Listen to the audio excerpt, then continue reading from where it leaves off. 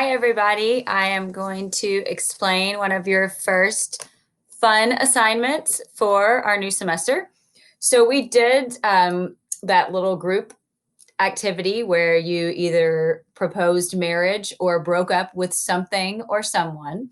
And this is going to be similar to that, except you're doing it individually, and everyone is going to break up with the year 2020. So this is kind of a culminating project for, it's not really a project, it's just a letter, but for marrying the main skills that we focused on in semester one, which are argument and rhetorical analysis. So you're thinking about the rhetorical context because you are the speaker, right? You're the creator, the one writing the letter. And then, of course, your audience is going to be the year 2020. And you are going to say bye-bye to 2020 because, as we know, it's caused a lot of problems for a lot of people. So I'm not going to read all of this to you, but this just explains sort of the context of why we might want to say goodbye to 2020, which I think is pretty clear. And then here's the specific task. So you're going to right here write a breakup letter to the year. It's an argument about why you think it's time to say bye-bye, noting that you are talking to the year 2020 itself, so almost like personifying the year. I want you to think about the tone that you're using, which is created by the word choice, right? So, and you can change that tone throughout, right? Just as we do when we talk to people in real life. So you can think about, are you going to sound bitter and angry? Are you going to be humorous? Humor always works well, in assignments. Are you just going to be sorrowful? At some point, I would think maybe you will be a little optimistic, maybe, and try to find the silver lining. This assignment talks about that in a little bit. But ultimately, your goal is just to say goodbye and rid yourself of the year.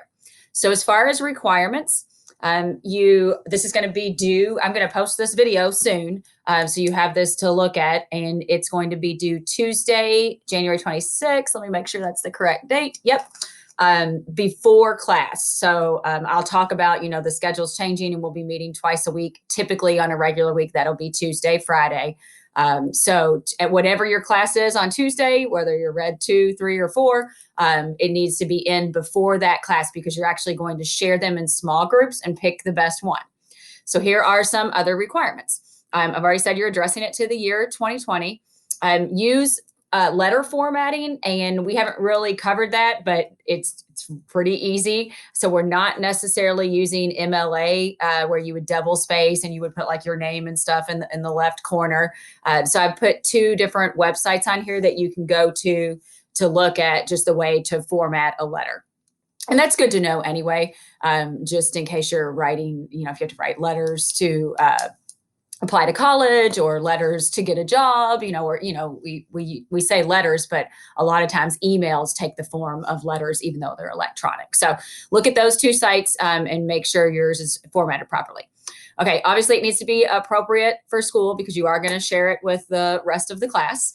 And then in it, I want you, this is sort of like the body of it. I want you to address, so even though it's letter format, you can still put it in paragraphs. But I want you to address at least 3 specific things or items or emotions or events or ideas or however you want to think about that you are breaking up with. And I want one of those to be connected to school. All right, you have 2 other inclusions here. One is a visual. You can create this yourself. I thought that might be kind of funny. So like a meme, TikTok, whatever you want to use. Or you can just find it. Okay, but whatever it is, it should encapsulate your relationship with the year. So when you pull that in, I want you to also include the hyperlink so we can click that and get to it. And then you also need to include a song that best represents your relationship with 2020. Now, if you are a musician, you can create your own song and record that, but you do not have to do that. That's pretty ambitious. I know I probably could do it. I don't know. I couldn't play an instrument and do it, but I could probably sing something and make up something. But you don't have to do that. You can just find a song that's out there. And it doesn't even have to be the entire song necessarily. that represents your relationship because you're only going to pull in some of the lyrics. Okay, so put the somewhere in there, and I would do this by, trying to, the next note is more sophisticated letters will incorporate the visual and the song lyrics in there seamlessly rather than just like tacking them on at the end. So when you're including the song, you could, as you're writing, you could say something like one song in particular, and then put the title by, then you can put the artist, expresses my relationship really well. Some of the lyrics are, find a way to incorporate that in there without just adding it on at the end.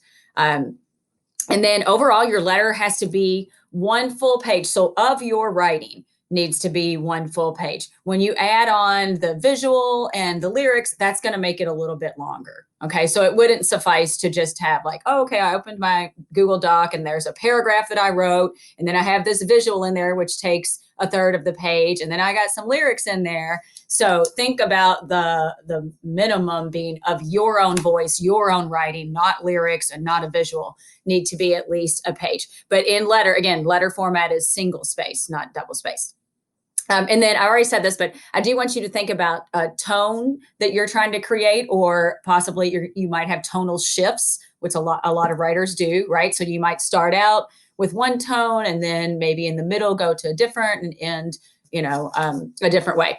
Note that diction is always the indicator of your tone. That is how you create tone, is by choosing particular words and phrases. So be precise in your word choice.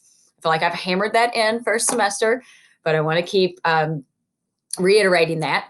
And then make sure that you reflect that you're not just one-sided. So I do want you to reflect on any good things that have happened. So we try to find the silver lining, as I said earlier, and think about, even if it's something small or maybe something that was seemingly trivial at the time, trying to find at least some hope, and think about what you've learned from 2020 that can enhance your relationship with 2021.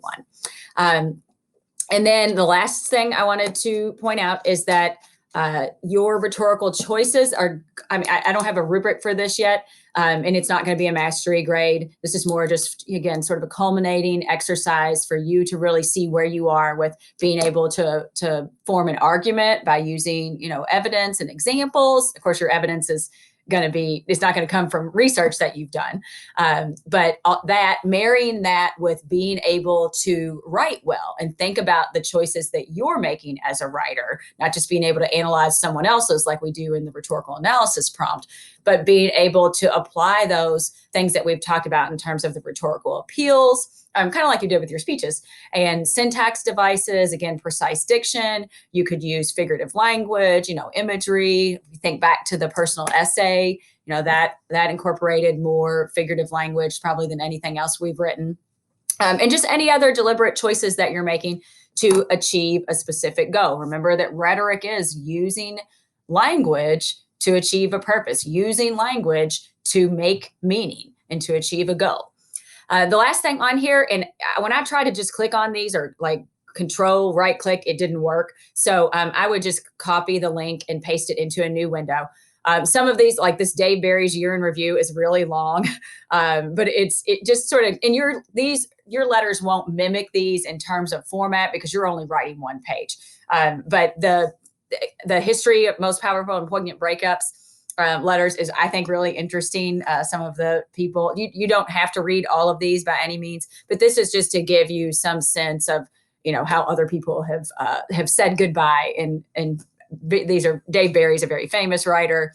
Some of the people mentioned in these breakup letters are really famous as well. So that's kind of interesting to read about them. So that's it. And again, due date for this is going to be before class on January 26th.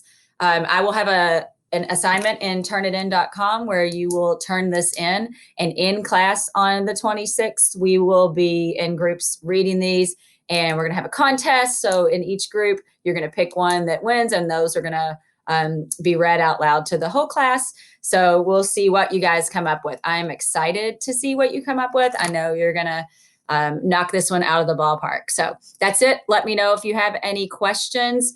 We are going to have at least a little bit of one day in class where you will have time to work on this for a little bit and ask questions as you're doing that. So that's it. Have fun. See ya.